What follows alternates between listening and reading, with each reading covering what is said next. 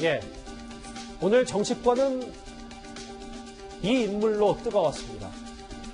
책 검사 내전의 저자이자 검경 수사권 조정 법안이 국회를 통과하자마자 돌연 사표를 던졌던 김웅전 부장검사가 오늘 새로운 보수당에 합류를 했습니다. 깜짝 입당, 그 첫 마디부터 들어보실까요? 부당한 법이 왜 개혁으로 둔갑되었는지 반칙과 특권이 감성파리와 선동을 만나면 구미호처럼 공정과 정의로 둔갑하는지 하나의 사기꾼이 보내고 났더니 다른 사기꾼이 그 자리를 차지하는 이런 상황을 이해하기가 어려웠습니다. 심지어 피고인이 검찰총장을 공수처로 처벌하겠다고 위협하는 세상이 되었습니다. 또 매일매일 좀 죄책감과 무력감이 들었습니다.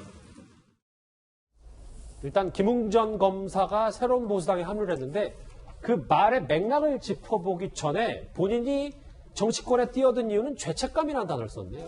지난 1월 8일 인사가 있었죠. 검찰 지휘부에 대한 인사가 있고 난 다음에 김웅 지금 전 부장검사가 이제 이 프로스에 글을 올렸습니다. 저기 검경 수사권 조정 관련해서 이제 본인이 그동안 이 업무를 담당해 왔었거든요. 이것에 대해서 본인이 굉장히 비판을 하면서 결국 검찰을 떠나겠다라고 해서 떠난 상황입니다. 이 김웅 전 부장검사 같은 경우는 검찰 안에서도 사기를 전문적으로 잡는 그런 검사였습니다.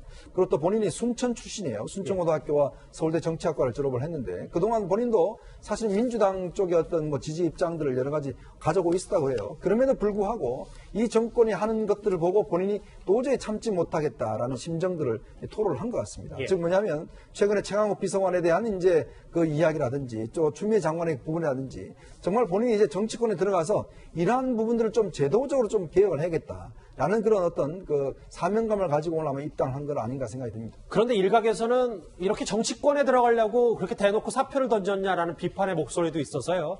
김웅전 검사 이런 지적에 대해서 오늘 이렇게 답변했습니다. 같이 들어보시죠. 만약에 권력을 탐하고 권세를 탐했으면 저도 죄송합니다. 새로운 보수당에 오진 않았을 거고 제가 가장 잘하는 일을 한번 해보자고 마음먹었습니다. 제가 가장 잘하는 일은 사기꾼 때려잡는 일입니다. 대한민국 사기공화국의 최정점에 있는 이 사기 카르텔을 때려잡고 싶습니다. 신문 패권주의와 싸워야 하는 것은 시대적으로 상당히 중요한 과제라고 생각을 합니다. 오늘 조금 굵직한 단어들을 많이 쏟아냈어요. 하나의 사기꾼을 보내고 났더니 다른 사기꾼이 그 자리를 차지하는 상황이다. 피고인이 검찰총장을 공수처로 처벌하는 세상.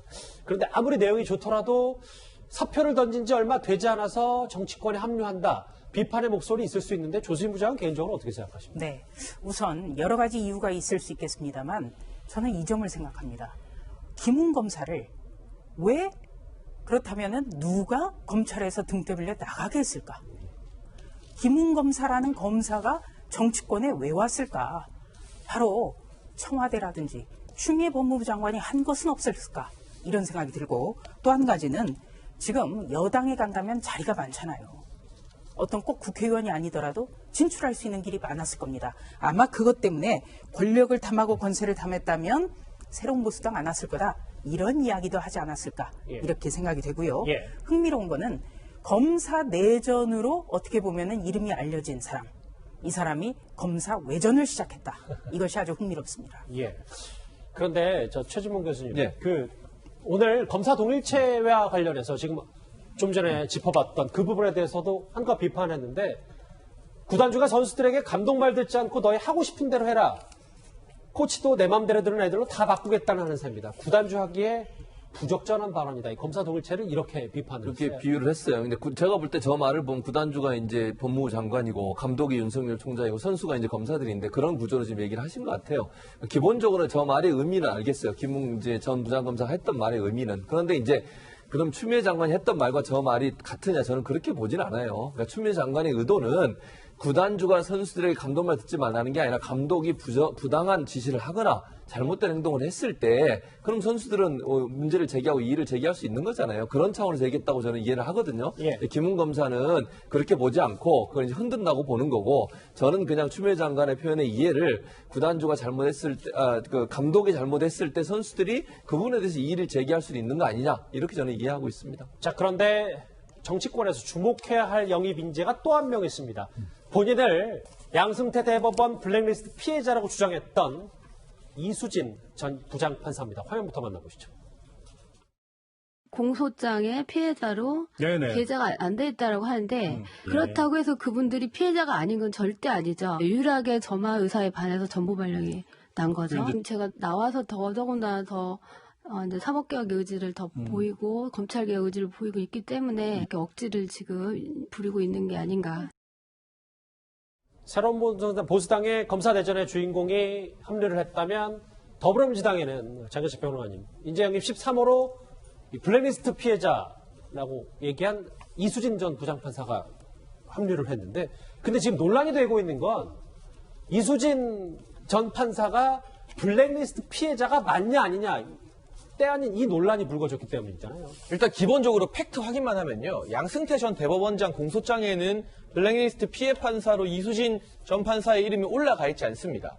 그리고 검찰에서도 블랙리스트 인사 피해받은 사람들 조사 수사를 다 했는데 이수진 전 판사가 인사상 불이익을 받았다는 것을 확인할 수 없다고 발표가 났어요.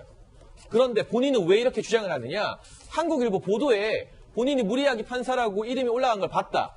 그렇기 때문에 내가 블랙리스트 판사인 게 맞고 인사상 불이익을 받았다고 주장하는 건데, 공소장에도 없고 검찰 수사로도 드러나지 않았는데 언론 보도 한 건만 보고 블랙리스트 판사가 되는 거면 이분들이 그동안 민주당에서 언론 보도를 가지고 가짜뉴스라서 비판한 게 한두 가지입니까?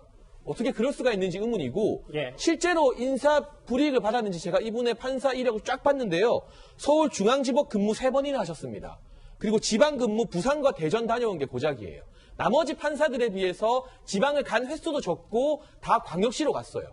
일반적인 판사들이 지방의 소도시를 많이 도는 것에 비교하면 중앙지법을 3번이나 가셨는데, 알겠습니다. 도대체 동료 판사들이 보기에 이분이 무슨 불이익을 받았다는 것일까 객관적으로 납득하기 어려운 점이 참 많습니다. 검사대전의 주인공 김웅 전 검사의 입당 첫마디 정치권 이슈로 풀어봤습니다. 자, 다음 주제, 마지막 주제 보기 전에 오늘의 실시간 검색어를 아주 짧게 한번 만나볼까요?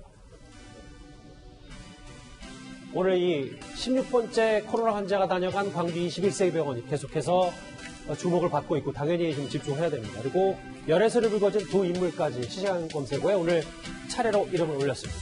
자, 뉴스 탑10 마지막 주제가 기다리고 있습니다.